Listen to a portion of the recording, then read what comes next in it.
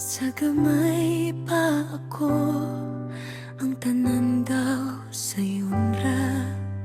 Ang kalibutan puno sa tula o katawa. Nagdahong nga ang pangandoy, dalirang kaputon. Sa masabituon nga daling kuniton, sa mga kamot nga gagmay pa. Apan sa pagdagan sa panahon, nausab ang tanan. Nasinati ang kabug at dalan nga kalibugan. Mga pagsulay o kasakit, dawala na'y katapusan. Nagbako sa kangit-ngit, nangitag kaling kawasan.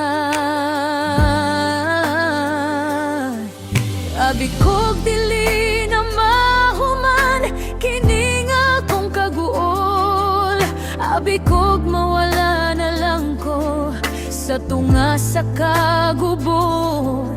Apan na ay kahayag nga, hinay-hinay mitungha.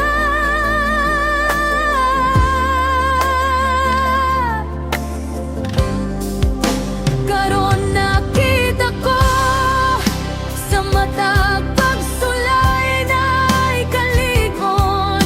Luyo sa kasakit na ay kadaugan nga gitaga na sa unahan. Aniya ako mibangon gikan sa paghagba sa kinabuhi nilang sa bagong bahay ug sa grasya sa kahitasan.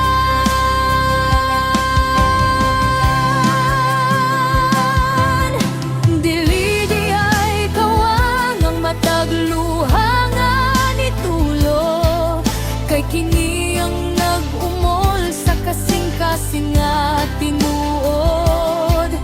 Salamat sa Ginoo sa pag-andam sa akong dalan.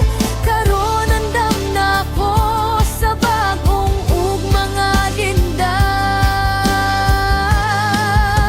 Karon nakita ko sa matag pagsulay na'y kaligon.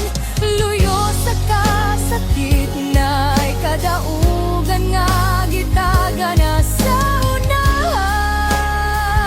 Ani ako mibangon gikan sa paghagba sa kinabuhi nilang sa bagong bahay ug sa grasya sa kahitasan.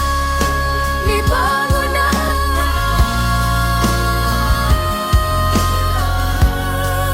sa bagong kadaugan,